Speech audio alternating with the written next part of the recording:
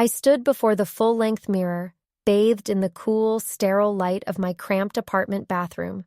My apartment was functional, Spartan, and situated 12 miles inland from the sprawling naval base, a place far removed from the manicured lawns and inherited elegance of my father's estate, where the gala was being held. I ran a white-gloved hand over the crisp navy blue fabric of my dress blues, ensuring every wrinkle was non-existent, every seam precisely aligned. This uniform, the symbol of years of grueling work and unwavering dedication, was more than just clothing. It was my second skin, my true identity. The gold braid on my sleeves designated my rank, Lieutenant Commander. The rows of ribbons above my pocket, the Navy and Marine Corps Achievement Medal, the National Defense Service Medal, the Surface Warfare Officer pin gleaming on my chest. Each element was hard-earned, etched with deployments to hostile waters, sleepless watches, critical decision-making under duress, and the absolute trust of my sailors. When I looked in the mirror, I saw LCDR Eleanor Vance, a woman who had successfully navigated high-stakes operations, commanded respect in environments where failure was catastrophic, and earned her place in the upper echelons of the fleet through sheer merit and competence. I was a woman of consequence in a world that valued tangible results over pedigree. This uniform was my shield, polished and impenetrable. In it, I commanded. In it, I was respected. Outside of it, however, I knew I was merely Eleanor, the perpetually dismissed stepdaughter, the civilian failure in Vivian's meticulously curated world. The dread settled in my stomach like a cold anchor chain. I was required to attend the Admiral's Gala. It was a mandatory social event for all officers stationed locally, a necessary evil designed to bridge the gap between military leadership and the wealthy civilian benefactors who funded various naval charities and organizations. Usually, these events were tedious but professionally manageable. Tonight, however, the location made it a minefield. The gala was being held at the most exclusive club in the city, an institution where my stepmother, Vivian, reigned as social empress. I checked the hang of my jacket one last time. My movements were precise, economical, military. Everything had to be perfect. Not for the Admiral. He understood the pressure of command and the value of my service. I had to be perfect for the battle I was about to fight against my own family, a battle where my rank meant nothing, and my worth was measured only by the size of my father's estate and my adherence to Vivian's impossibly high and entirely arbitrary standards of taste. The phone call had come an hour ago, shattering the quiet focus of my preparation. It wasn't a call to wish me luck, nor was it a necessary logistical briefing. It was, predictably, a preemptive strike. "Eleanor," Vivian's voice had purred through the speaker, dripping with the false sweetness she reserved for her most calculated cruelties. "Just confirming your attendance. And please, darling, don't wear that ridiculous costume. It makes you look so terribly desperate.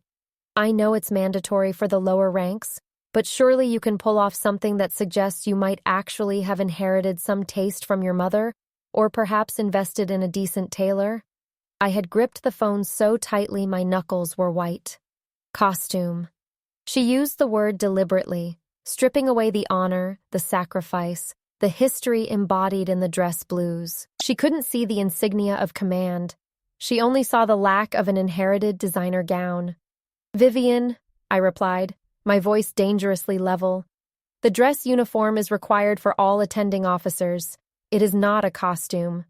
"Oh, spare me the lecture on naval protocol," she scoffed, a sound like dry silk tearing. "This is a social event, Eleanor, a chance to network, to make connections. Who are you going to impress? The caterers? Try to find something that whispers old money, not screams government salary. Honestly, try to look like you belong." I hung up without another word, the familiar acidic sting of her words a physical ache in my chest. Look like you belong. That was the core of her attack. In her world, I didn't belong because I chose service over society, merit over inheritance. My achievement negated her entire value system, and for that, I was unforgivable. I walked over to the small wooden box where I kept my awards documentation. I pulled out my latest fitness report, signed by Admiral Hayes himself. The words swam before my eyes. Exceptional leadership under fire. Directly responsible for mission success. Promotable immediately. These were facts, verifiable truths of my worth. They stood in direct, stark contrast to Vivian's subjective, venomous opinions. I internalized the words of the Admiral, trying to use them as a balm against the poison she had injected. My father, bless his oblivious heart, was no help. He adored Vivian's ability to navigate the complex social currents of the city, mistaking her ruthless ambition for genuine charm. He saw my career as a quaint, temporary detour, a phase before I settled down into the respectable life of charity boards and country clubs. He never understood that the weight of my command felt infinitely more substantial than the weight of his entire real estate portfolio. He funded Vivian's world, and by extension, he funded my constant social execution. I returned to the mirror, focusing on the details. I meticulously aligned the gold cuff buttons. I thought about the last time I wore this uniform. It was on the deck of my destroyer, addressing my junior officers before a major exercise. The air had been heavy with salt and anticipation. I felt capable, respected, vital. Tonight, the air felt heavy with judgment and the suffocating pressure of a social structure designed to exclude me. I remembered the last major social event I attended with Vivian. I had just returned from a 6-month deployment. I was tired, proud, and wearing a simple civilian dress. She had introduced me to a group of her friends, not as my daughter, an active duty naval officer, but as, "This is Eleanor. She's doing something with the government. We're hoping she'll find a nice investment banker soon." The implication was clear. I was available, aimless, and looking for rescue. The memory fueled a cold resolve. Tonight, I would not allow her to define me. My uniform was my declaration of independence. It stated, without apology, that I had a purpose that transcended her narrow, gilded cage. I grabbed my cover, the flat-topped hat, feeling the heavy, cold metal of the insignia under my fingertips. The anchor, the eagle, the shield. It was the mark of my service. I placed it carefully on my head, adjusting the angle until it was perfect. I took a deep, shuddering breath, filling my lungs with the stale apartment air. I needed to steel myself. I needed to remember my training. I was entering hostile territory, a social deployment where the weapons were whispers and the casualties were dignity. I had faced actual rockets and maintained my composure. I could face Vivian and her society cronies. Maintain military bearing. That was the mantra. Composure was my defense. Professionalism was my counterattack. I checked my watch. Time to move out. I knew the social execution was coming. I just didn't know how public or how devastating it would be. But I was ready. LCDR Vance was going to the gala, and for a few hours, the world of inherited wealth would have to contend with the stark reality of earned authority. I walked out of the apartment, locking the door behind me, the rhythmic click of my polished leather shoes echoing the steady, determined beat of my heart. I was marching toward the fight. I was wearing my stripes, and I would not retreat. The transition from the cool, reserved marble foyer into the Admiral's grand ballroom was like stepping into a furnace built of crystal and inherited expectation. I felt the heat immediately, not just the physical warmth of hundreds of bodies pressed together, but the intense, palpable energy generated by extreme wealth, carefully curated prestige, and the ruthless pursuit of social dominance. The air was thick, heavy with the cloying, expensive scent of rare orchids and $1,000 worth of tailored silk. The room was a blinding spectacle. Chandeliers the size of small cars dripped diamond light onto the polished mahogany floor, reflecting the shimmer of sequins and the muted gleam of black tuxedos. Every surface seemed designed to communicate one single deafening message: you are not worthy. My dress blues, usually my greatest source of confidence, felt suddenly alien. The crisp, dark fabric, the severe lines, the functional, non-decorative gold. It screamed utility and service in a room dedicated entirely to excess and display. I was a blunt instrument in an antique jewelry box. The rows of ribbons, earned through sweat, fear, and years of demanding deployment, seemed to shrink under the scrutiny of the diamond necklaces and the flawless pearl strands surrounding me. I was wearing my life. They were wearing their lineage. I paused just inside the threshold, adjusting my cover slightly, letting my eyes sweep the crowd with the practiced, detached observation of a professional assessing a new environment. I was searching for Vivian. I knew she would be strategically positioned, maximizing her visibility and control over the flow of the evening. And there she was. She was holding court near the massive arched entrance, the perfect hub of the social wheel. Vivian was draped in a gown that looked less like fabric and more like liquid moonlight, a shimmering column of silver that cost more than my annual housing allowance. Her hair was swept up, architectural and severe, framing a face that was currently radiating a practiced, flawless charm. She was surrounded by a cluster of city power players, a prominent real estate developer whose buildings scarred the skyline, a notorious venture capitalist, and the wife of a recently retired senator. These were the people who saw the Navy only as a tax expenditure or a convenient backdrop for patriotic photo opportunities. I took a deep breath, steeling myself. This was the moment I had dreaded since I received the mandatory invitation. I was not walking toward family. I was walking toward a firing squad, and the executioner was waiting with a smile. I approached the group, my posture automatically straightening, my hands holding steady beneath the immaculate white gloves. My training demanded that I engage smoothly, professionally. "Vivian," I said, offering a small, polite nod, trying to inject warmth into a greeting that felt like shaking hands with a live wire. "Good evening? Father couldn't make it?" Vivian didn't return the nod. Her eyes, magnified by a cold, appraising look, performed a slow, deliberate inspection of my uniform, starting at the heavy gold cufflinks and traveling upward to the collar insignia. The smile she wore for the city dignitaries vanished, replaced by that familiar, tightly controlled expression of profound disappointment. Then she spoke, and the sound of her voice carried the exact pitch and volume necessary to ensure her entire cluster and several nearby onlookers caught every syllable. It was theater, calculated and cruel.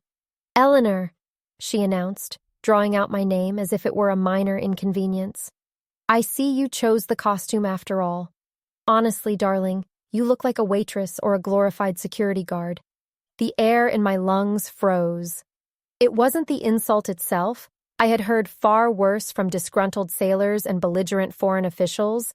It was the publicity of it. It was the absolute, casual dismissal of everything I was, delivered as light social banter to a group of influential strangers. "This is a gala," she continued, waving a hand dismissively at my uniform. The movement made her diamond bracelet catch the light, momentarily blinding.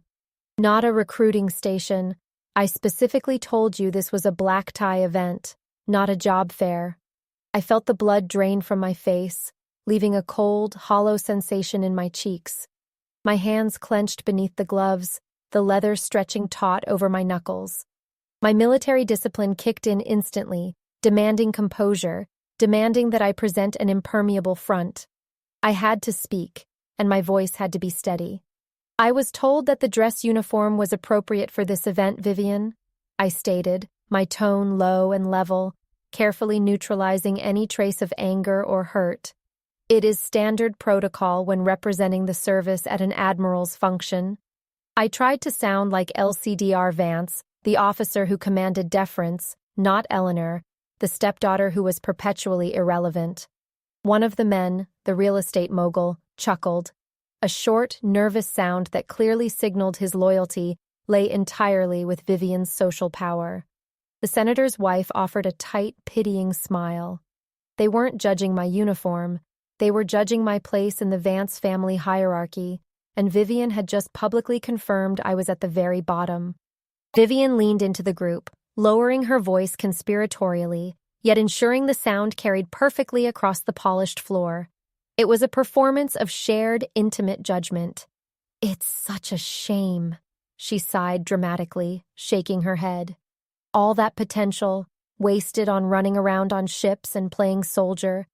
I told her father she should have invested her time in finding a respectable husband, a lawyer, a doctor, something safe, something with leverage." She glanced back at me, her eyes lingering on the gold stripes. "This lowly, dangerous job simply shows a profound lack of ambition and, frankly, a lack of taste." The words hit me with the force of a physical blow. Lowly, wasted, lack of ambition. This was not a criticism of my uniform. It was a wholesale demolition of my identity and my life's work.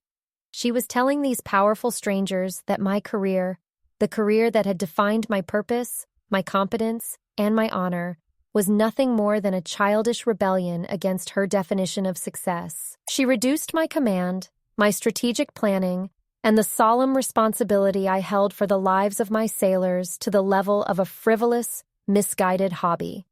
I stood there, stiff and exposed, feeling the weight of the room's judgment settle on my shoulders. I was a lighthouse suddenly stripped of its light, exposed as nothing more than a hollow tower. I wanted to scream that I had managed complex logistical operations in the South China Sea, that I had navigated crises that made their real estate deals look like child's play, that I had saved lives. But I couldn't. I was bound by the decorum of the event and the crushing reality of my position within this toxic civilian family structure.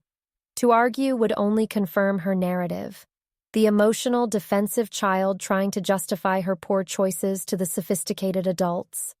I had to maintain the silence of dignity, even though that silence felt like a surrender. I could feel the heat rising in my neck, threatening to break through my carefully constructed facade of composure. My throat tightened. The humiliation was a burning acid sensation behind my eyes, threatening the very core of my professional self-control. I was fighting a battle I couldn't win, because in this room, my currency, honor, service, rank, was worthless. Their currency was spectacle, status, and the size of their inherited portfolios. I realized then the painful, absolute truth. No matter how many medals I earned, no matter how high I climbed the chain of command, no matter how many lives I protected, I would forever be a disappointment in Vivian's world. I was invisible, utterly devalued by the person who was supposed to represent my civilian family. She had successfully stripped the meaning from my uniform, leaving me standing there in a costume while the rest of the room wore their actual status. The need to escape became a primal, overwhelming urge. I couldn't risk a single tear, a tremor in my voice, or a break in my posture. My professional dignity was the only thing I had left to protect, and I needed to retreat before she could dismantle that too. I offered a quick, forced apology to the group, keeping my gaze locked just above Vivian's head. "Excuse me," I managed, my voice thankfully steady, though thin. "I need to check in with my delegation. Please enjoy the evening." I didn't wait for a reply. I executed a sharp professional turn, a movement honed by years of practice, and walked away quickly, heading toward the darkest corner of the ballroom near the massive velvet-draped terrace doors. I could feel the stares of the assembled guests boring into my back, analyzing my retreat, confirming Vivian's judgment. Every rhythmic click of my polished leather shoes on the marble floor sounded like a countdown to emotional collapse. I was marching away from the conflict, but I felt utterly defeated. Just get outside, breathe the cold air, remember who you are. The weight of the gold braid on my sleeves, the cold metal of my insignia, they felt suddenly heavy, like anchors dragging me down. I reached the corner, seeking the anonymity of the shadows cast by a towering potted palm. I leaned against the heavy velvet curtain, trying desperately to regain control of my trembling hands. I closed my eyes for a single, necessary second, allowing myself to feel the crushing loneliness of being the outsider, the one who didn't belong to the world of inherited ease. My career, which defined my excellence and purpose, was nothing but a social blight to my stepmother, a source of profound embarrassment. I felt hollowed out, reduced to the irrelevant child she saw. All I wanted was to dissolve into the marble floor and be shipped back to the unforgiving yet honest environment of a command deck, where competence was the only measure that mattered. The cold air of the terrace beckoned, promising a brief respite from the suffocating judgment of the ballroom. I was halfway to pushing open the glass door when the lights dimmed slightly, and the low hum of conversation immediately ceased, signaling the arrival of the evening's formal proceedings. I stopped, trapped in the corner, unable to move without drawing attention. I had to stay put and listen. The master of ceremonies was approaching the central podium. My humiliation was over, but the night, clearly, was just beginning. Chapter 3. Retreat and Revelation. The polished marble floor seemed to stretch infinitely before me, reflecting the glittering chaos of the ballroom. I moved with a forced, mechanical precision, every step a painful effort to maintain the illusion of composure. My training, years of rigid self-discipline hammered into me by the unforgiving demands of the Navy, was the only thing holding me together. Walk straight, don't run, show no weakness. But beneath the starched collar and the pristine white gloves, I was shaking. Vivian's words, lowly, dangerous job, costume, lack of ambition, were not just insults. They were surgical strikes against the core of my identity. They stripped away the rank, the deployments, the commendations, leaving me exposed as the inadequate daughter she had always perceived. I felt the heat rising in my face, a searing flush of shame that I desperately fought to control. I could feel the eyes of the city dignitaries following my retreat, their polite laughter echoing in my ears, validating Vivian's cruelty. They saw not a lieutenant commander, but a petulant child dismissed by her stepmother. I needed air. I needed silence. I needed to be anywhere that didn't smell of expensive champagne and inherited disdain. I navigated the crowded perimeter of the ballroom, aiming for the massive glass doors leading to the terrace, partially obscured by heavy, claret-colored velvet drapes. That corner felt like a bunker, a temporary sanctuary where I could regroup and reclaim the professional detachment that was my true armor. When I finally reached the velvet shroud, I leaned heavily against the cold marble wall, letting the stiff fabric conceal me slightly from the main spectacle. I closed my eyes, taking a deep, ragged breath that tasted of dust and despair. My hands were balled into fists inside the white gloves, and I focused on the cold metal of the insignia on my cover, which I still clutched tightly. Remember who you are, Eleanor. Remember the bridge. Remember the deployment. This is just noise. But the noise was deafening. The realization hit me with crushing force. In this world, my professional achievements were not assets. They were liabilities. My career was a constant, inconvenient reminder to Vivian and her circle that I had chosen service over status, merit over inheritance. She hadn't just insulted my uniform, she had insulted my entire life's work. She had effectively told me that saving lives, leading crews, and protecting national interests was a wasted potential compared to marrying a lawyer or managing a trust fund. The loneliness was crushing. It was the specific, isolating loneliness of being utterly misunderstood and devalued by the people who were supposed to be your foundation. I was Lieutenant Commander Vance to hundreds of sailors, a crucial piece of the operational puzzle, yet here I was invisible, a ghost in my own family's narrative. I was milliseconds away from pushing open the glass door and stepping out into the cool night air, promising myself that I would find a respectable way to leave the gala entirely when the ambient noise of the room shifted. The low, relentless hum of conversation, the rustle of silk, the clinking of crystal, the forced gaiety, abruptly died down. It was the kind of silence that demands attention, a sudden vacuum of sound that signals a change in the atmosphere, a focal point shifting. I hesitated, my hand resting on the smooth, cold brass handle of the terrace door. I couldn't move now without drawing attention, and after the spectacle Vivian had just made of me, I needed to remain unnoticed. I peered cautiously around the edge of the velvet drape. The massive crystal chandeliers, which had been blindingly bright, dimmed subtly, casting a warm, anticipatory glow over the central stage area. A figure was moving toward the podium, the master of ceremonies, a man whose expensive tuxedo and overly confident smile screamed, "Old money." He tapped the microphone lightly, the feedback cutting sharply through the sudden quiet. "Ladies and gentlemen," the MC boomed, his voice resonating through the massive hall. His tone was reverent, almost priestly. "Thank you for joining us tonight to celebrate service, leadership, and the enduring partnership between the civilian community and our brave men and women in uniform." I listened with a detached sense of obligation. I knew the drill. This was the part where they talked about donations, patriotism, and the general goodness of the fleet, wrapping it all up with a brief introduction of the key military figure they had managed to lure into the social lion's den. My mind, however, was still cycling through defense mechanisms, trying to formulate a strategy for avoiding Vivian for the remainder of the evening. The MC continued, building the suspense with practiced ease. "Tonight, we have the distinct honor of hosting a man whose career exemplifies the highest standards of command, a leader whose strategic vision has defined our fleet's operational readiness across multiple theaters, whose courage in the face of immense pressure is legendary, and whose dedication stands as an example to every sailor, officer, and civilian who supports the United States Navy." I found myself leaning forward slightly, despite myself. The introduction felt unusually weighty, even for a high-profile gala.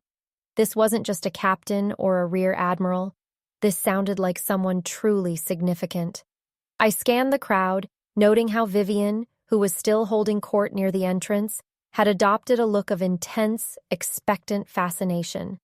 She loved the reflected glory of high rank, even if she dismissed the actual work required to achieve it.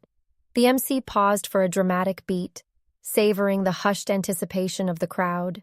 "Please join me," he declared, his voice swelling with pride, "in welcoming one of the most decorated officers in the United States Navy, the man who commands the entire Pacific Fleet, the esteemed guest of honor, Admiral Marcus Hayes." The name hit me like a physical punch to the solar plexus. The air left my lungs in a silent gasp. My grip tightened on my cover until the brass insignia dug painfully into my palm. Admiral Marcus Hayes. It wasn't just an admiral. It wasn't just the commander of the Pacific Fleet. He was my commanding officer. The realization swept away every lingering trace of shame and replaced it with a cold, professional terror that was far more potent. Admiral Hayes, the man who signed my fitness reports, the man who had personally briefed me and my team before we deployed into one of the most volatile areas in the world, the man whose respect I valued above almost everything else in my career.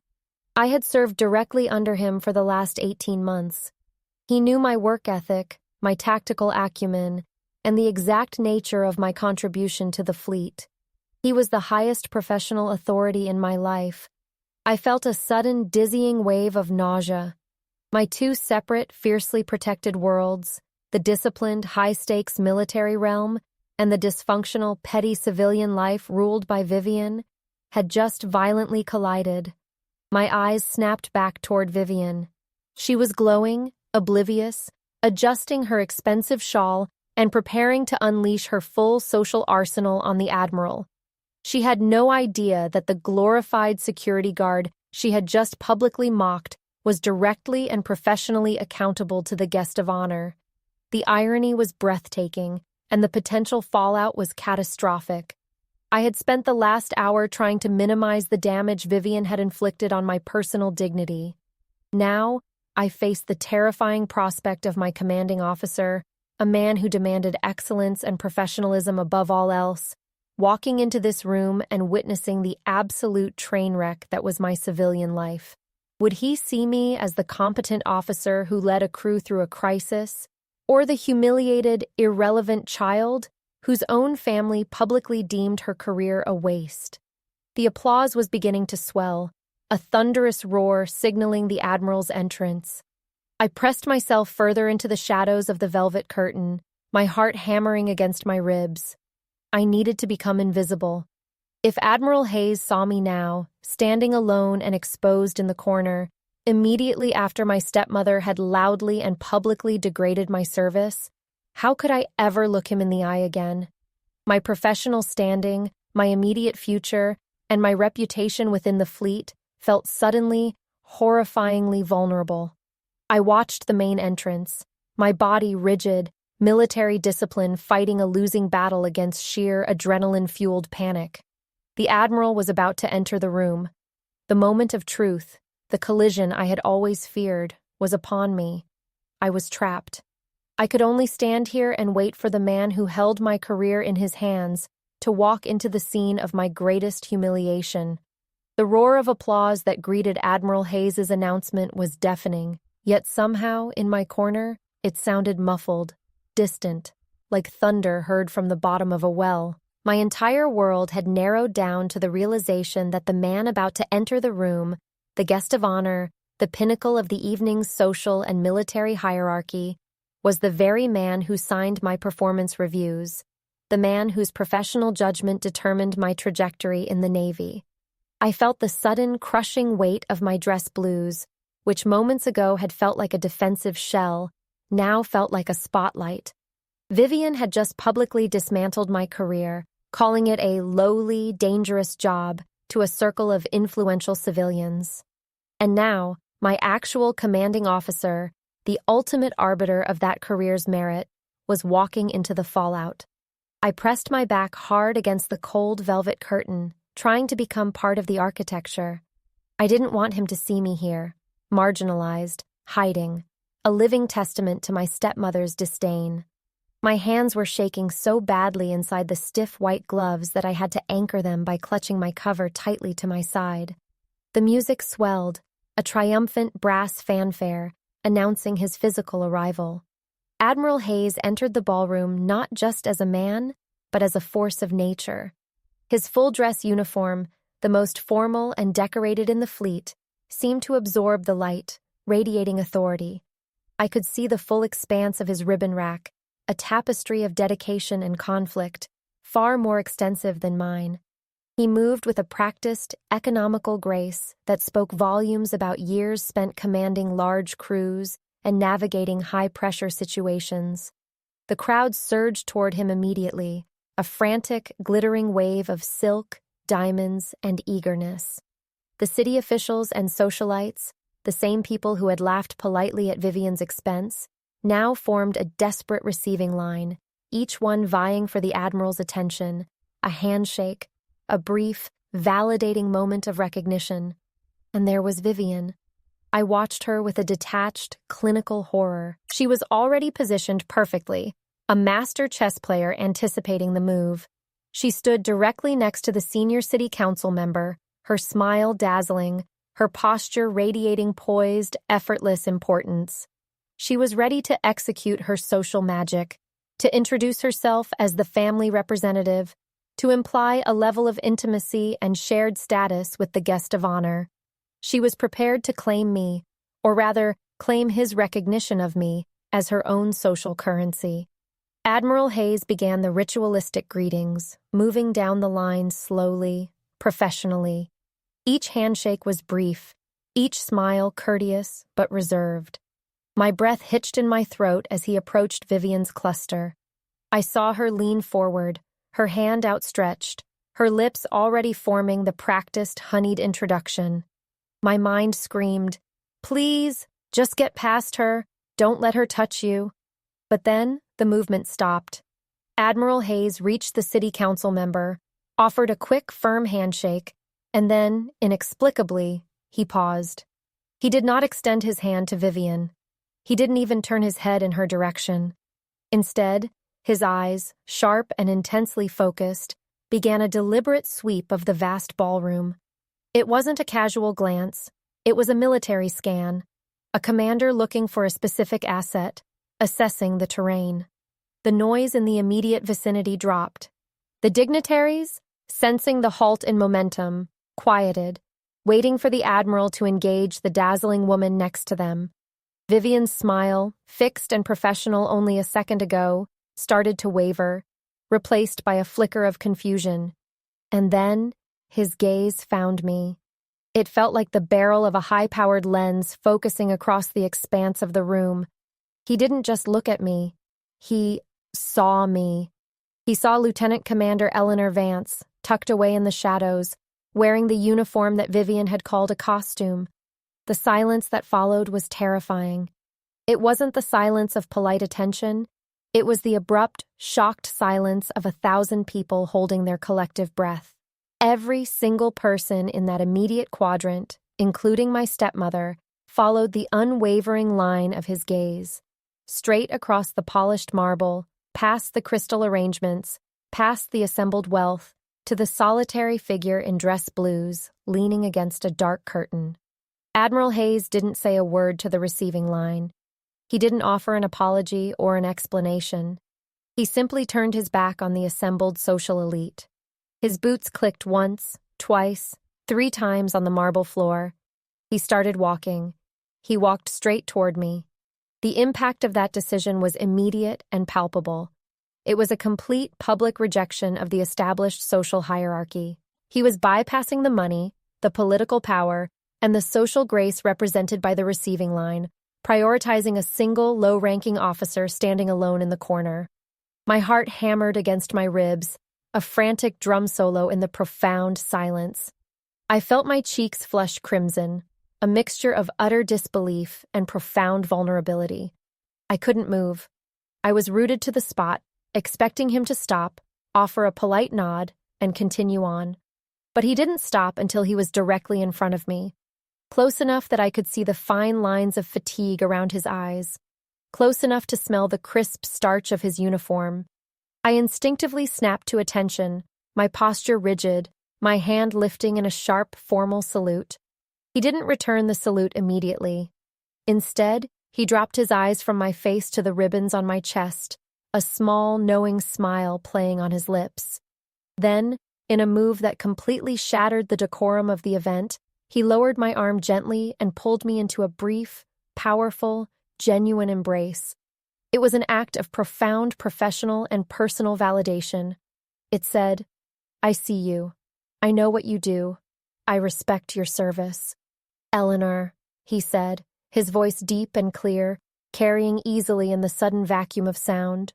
He used my first name, but the tone was all command. "I am glad you made it. I wouldn't have missed this for the world." He stepped back, his hands resting firmly on my shoulders.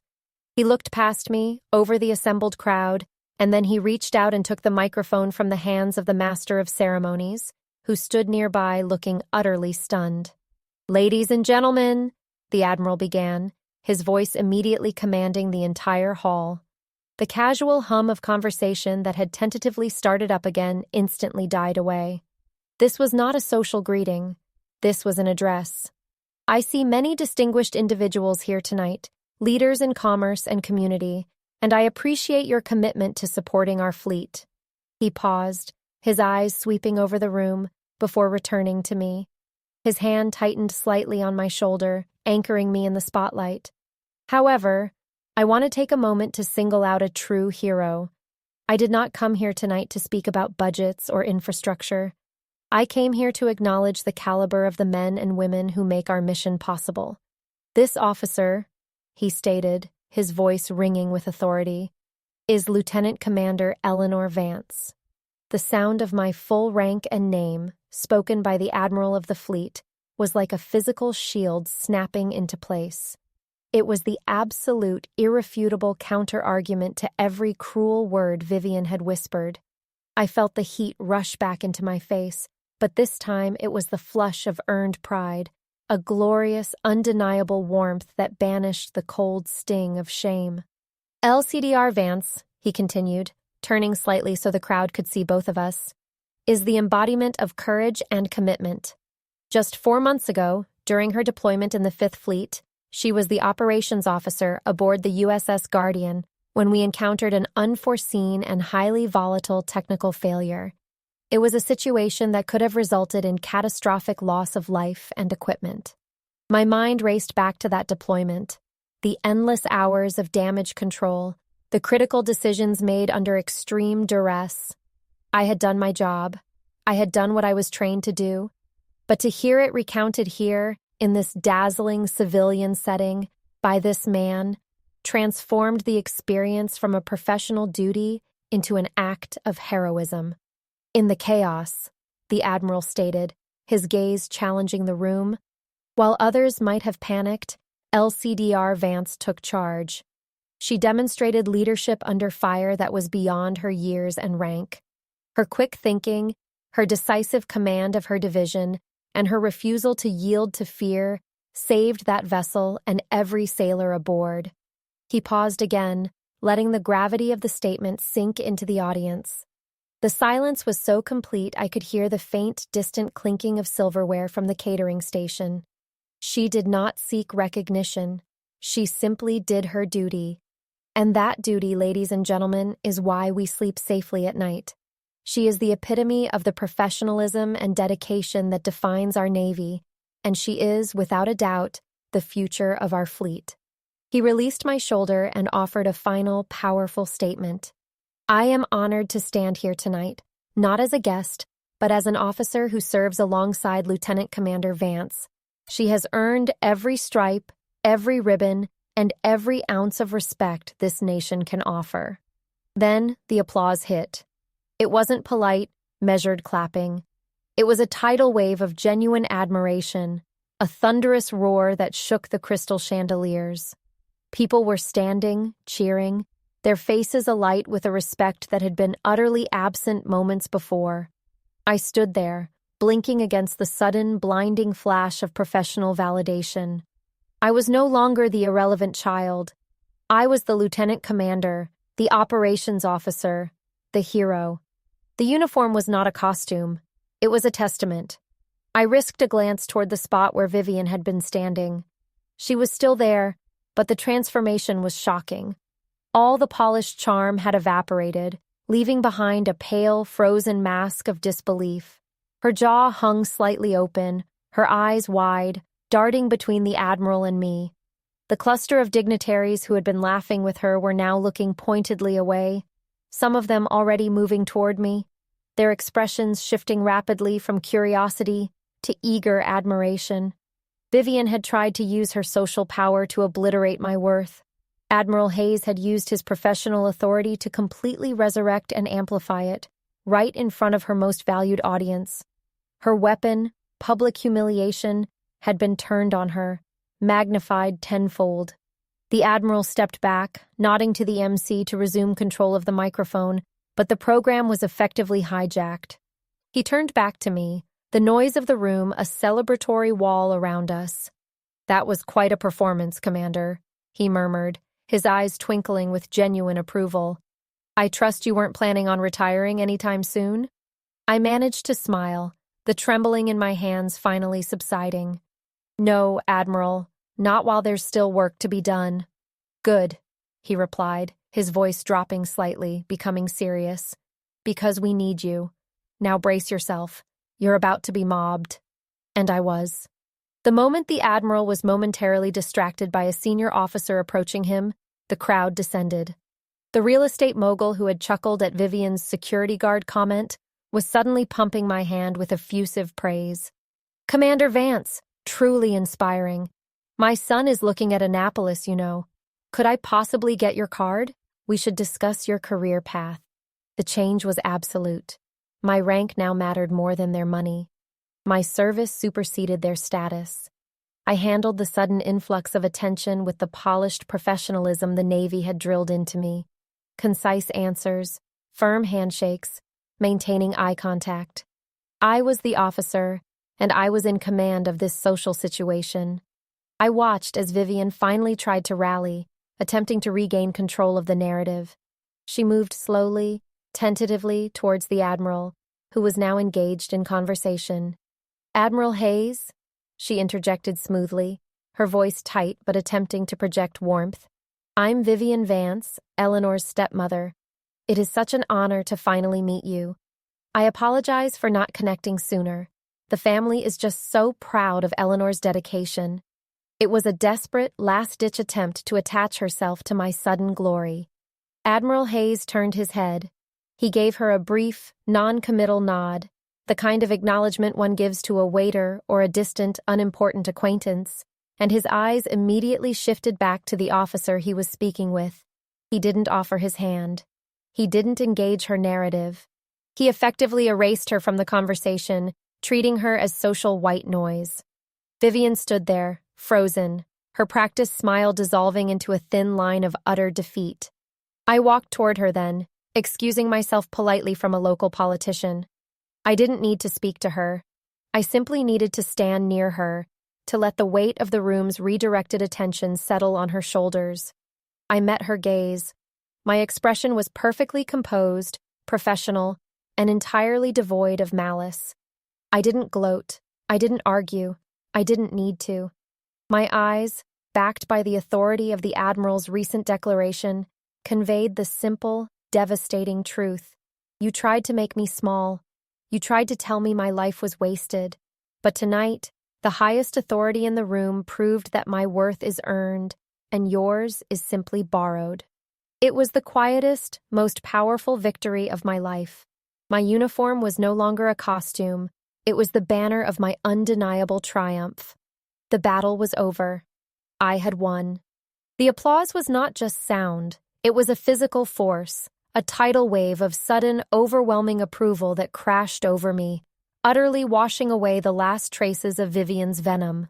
For the first time all evening, I felt the weight of my uniform not as a target for social scorn, but as the heavy, protective armor it truly was. The shift in the room was immediate, palpable, and frankly, dizzying. The very same faces that had politely chuckled at Vivian's cruel jests moments ago were now beaming at me with an intensity that bordered on reverence. The room, previously divided into the naval delegation and the civilian elite, suddenly converged on my corner. Dignitaries, real estate moguls, and socialites, the very people who judged worth by stock portfolios, were now jostling for position, eager to shake my hand. I immediately deployed the professional composure the Navy had drilled into me. This was not a moment for emotional release. It was a high-stakes public relations event. I was representing the fleet, my command, and every sailor who served under me. Commander Vance, that story about the engine room, incredible bravery, boomed the real estate mogul who had laughed at Vivian's security guard comment. Thank you, sir, I replied, keeping my voice steady and measured. It was a team effort. My crew performed flawlessly under pressure. I made sure to deflect praise to the team, a core principle of leadership that Vivian, obsessed with individual status, could never grasp. A woman dripping in diamonds, who had previously looked through me as if I were a smudge on the window pane, now leaned in conspiratorially. Lieutenant Commander, my husband is on the board of the Naval Foundation. We simply must have you speak at our next fundraiser. Your story is so inspiring. I managed a polite, tight smile. I appreciate the offer. Please direct all official inquiries through the Admiral's office. My operational schedule is quite demanding. I felt a strange sense of detachment, watching these people perform their chameleon shift of allegiance. They didn't genuinely care about my service. They cared about proximity to power, and the Admiral had just designated me as the locus of that power. My value had changed not because I had done anything new, but because a man with 4 stars on his shoulders had publicly certified my existence. It was a harsh, cynical lesson in the mechanics of civilian high society, and I absorbed it like tactical intelligence. Throughout this flurry of sudden, effusive admiration, I kept a careful watch on Vivian. She was not built for public defeat. She was a master of the polite ambush, the quiet dismissal, the social execution delivered with a smile. But Admiral Hayes's deliberate, powerful validation of me, followed by his complete, unforgivable omission of her, had left her reeling. I saw her attempt her recovery. She straightened her spine, adjusted the expensive shawl draped over her shoulders, and started her calculated approach toward the Admiral, who was now engaged in a brief, focused conversation with the master of ceremonies. Her smile was dazzling, practiced, and completely devoid of sincerity. It was the smile she used when negotiating a prime table at a charity auction or when demanding a specific vintage wine. It was the smile of entitlement. "Admiral Hayes," she interjected smoothly, her voice pitched to cut through the surrounding chatter, yet retaining a note of breathless deference. "I'm Vivian Vance, Eleanor's stepmother. It is such an honor to finally meet you. I've heard so much about your incredible work, and of course, we are so proud of Eleanor's chosen path, even if it keeps her away from home so often." She tried to insert herself into the narrative, to claim ownership of my achievement, to frame my career as a minor inconvenience to the family unit she represented. She was trying to spin the narrative back into her control. Eleanor is the child, and I am the responsible adult. The Admiral turned slowly. I held my breath, acutely aware of the weight of the moment. Would he offer a polite, perfunctory handshake? That would be enough for Vivian to claim a win, a slight crack in the armor of my validation. He did not offer his hand. Admiral Hayes's expression remained perfectly neutral, his eyes conveying nothing but professional distance. He gave her a single, brief nod, the kind one gives to a waiter or a distant, unimportant acquaintance whose name one has already forgotten. "Mrs. Vance," he acknowledged, the title clipped, formal, and utterly devoid of warmth. Then, before she could utter another word, he turned his full attention back to me, ignoring her as if she were a piece of misplaced furniture. "Commander Vance," he continued, his voice shifting immediately back to the focused, tactical tone he used in the ready room. "I need a quick update on the readiness status of the Nimitz deployment rotation schedule. Are we still tracking for the projected dry dock time, or are we facing any unforeseen logistical delays?" The question was technical, complex, and professional. It was designed to do one thing: exclude Vivian entirely. It was a language she did not speak, a world she could not enter. She stood there, frozen mid-sentence, her hand half extended, her practiced smile collapsing into a look of bewildered frustration. The conversation had flown right over her head, pivoting instantly from social niceties to operational imperatives. She was rendered irrelevant by the sheer gravity of my actual job. It was the most beautiful, silent dismissal I had ever witnessed. Vivian slowly lowered her hand, her eyes darting around the room, desperately seeking someone, anyone, to share her indignation with. But the crowd was now focused on the Admiral and me, the two figures of consequence. She was an outsider looking in, relegated to the periphery of the event she thought she controlled. Finally, her gaze snapped to mine. This was the moment, the quiet, inevitable confrontation. I did not flinch. I did not soften my gaze.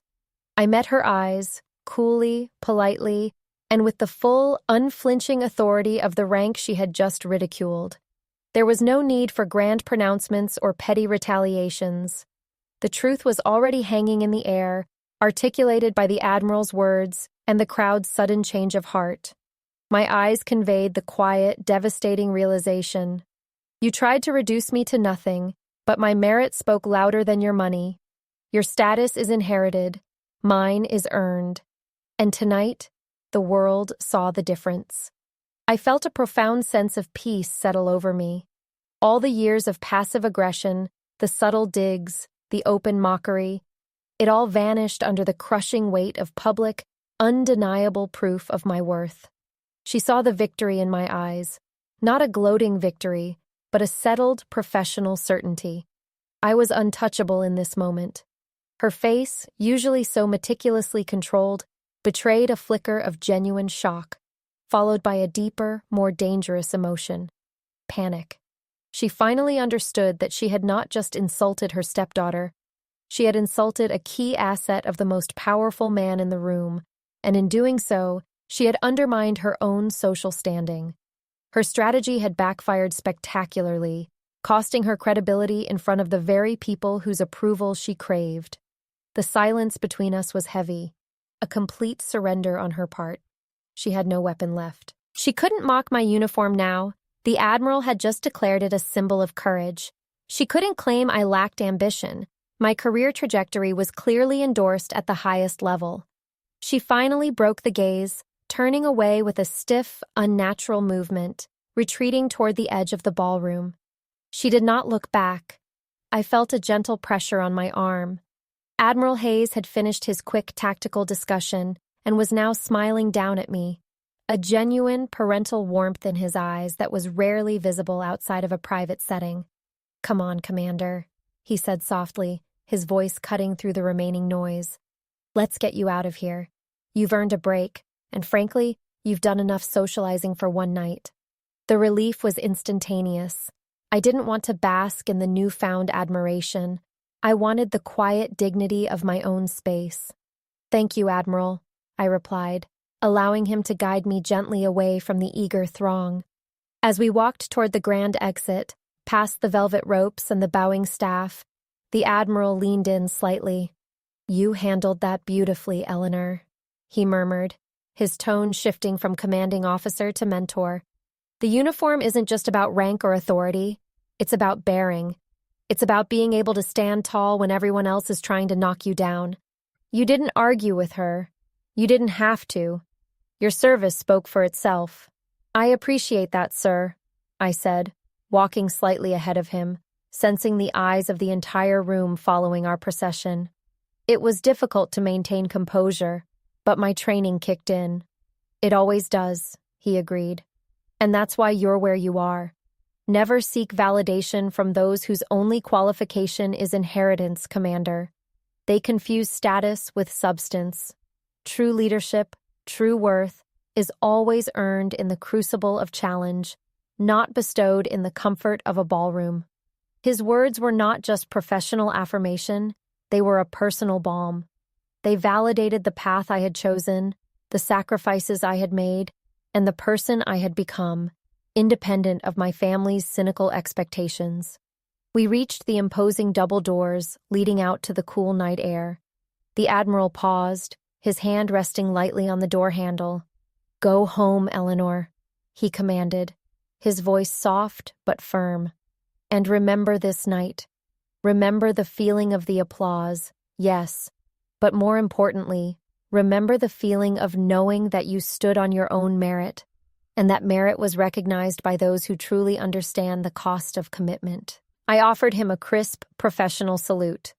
"Understood, Admiral." "Thank you, sir." He returned the salute, a gesture of profound respect that transcended our ranks and the setting. I stepped out into the crisp, cool air of the city night.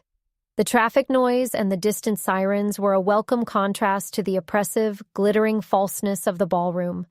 I walked toward the waiting car, my boots clicking rhythmically on the pavement. I felt the weight of my dress blues one last time. It was no longer a symbol of my separation from my civilian life, or a ridiculous costume, as Vivian had called it. It was the physical embodiment of my purpose, my achievement, and my profound self-respect. Tonight, I hadn't just survived a social battle. I had secured a victory far more profound than any petty confrontation. I had secured the complete and public validation of my worth, a rank earned through sweat, courage, and unwavering dedication, not bought with old money or status. I finally understood that true respect isn't given. It is earned, forged in the heat of operational necessity. And tonight, I had earned it all. I didn't look back at the brightly lit ballroom. My mission was complete. I was done with the shadows of the past. I was marching toward the future, fully defined by my own stripes.